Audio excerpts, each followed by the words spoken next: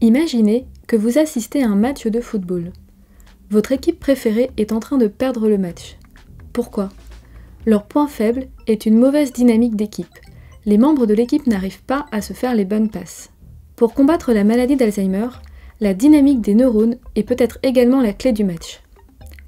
Votre cerveau est organisé en réseaux de neurones qui correspondent à un ensemble de neurones qui partagent la même fonction. Ces réseaux sont comme les joueurs de l'équipe. La transmission d'informations entre les réseaux, comme la transmission de la balle entre les joueurs, est essentielle au bon fonctionnement du cerveau. Il faut une bonne dynamique entre les réseaux pour un bon fonctionnement cérébral. Comme dans une équipe, chaque réseau a une fonction spécifique. Certains réseaux sont spécialisés dans le raisonnement, d'autres dans la vision, l'audition ou encore le langage. La maladie d'Alzheimer est une maladie qui affecte le cerveau au cours du vieillissement. On ne connaît pas son origine exacte. Une des hypothèses récentes est que certains réseaux de neurones sont altérés par des protéines anormales qui se déposent au niveau de ces réseaux. Il semble donc y avoir un lien entre réseau de neurones et maladie d'Alzheimer. Avec l'IRM fonctionnel, on peut enregistrer l'activité cérébrale d'une personne pendant plusieurs minutes. Qu'observe-t-on ?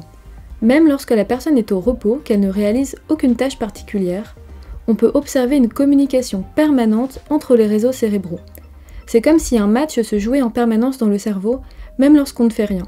C'est la dynamique des réseaux cérébraux. On a constaté que la dynamique des réseaux est très différente d'une personne à l'autre. Chez certaines personnes, on voit une bonne dynamique des réseaux et chez d'autres, la dynamique semble perturbée. Dans ma thèse, on s'est demandé si les personnes qui ont une mauvaise dynamique des réseaux cérébraux sont plus à risque de développer la maladie d'Alzheimer. Certains facteurs sont connus pour augmenter le risque de maladie d'Alzheimer. Il s'agit de facteurs de risque vasculaires, comme l'hypertension ou le diabète, mais aussi de facteurs de risque génétiques.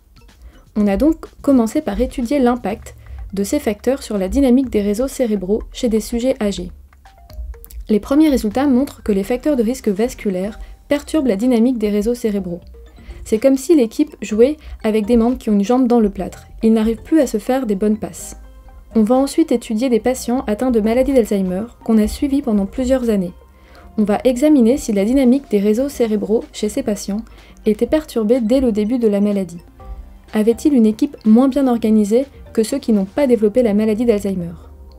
Enfin, on s'est demandé si certaines techniques, comme la méditation, pouvaient modifier la dynamique des réseaux cérébraux.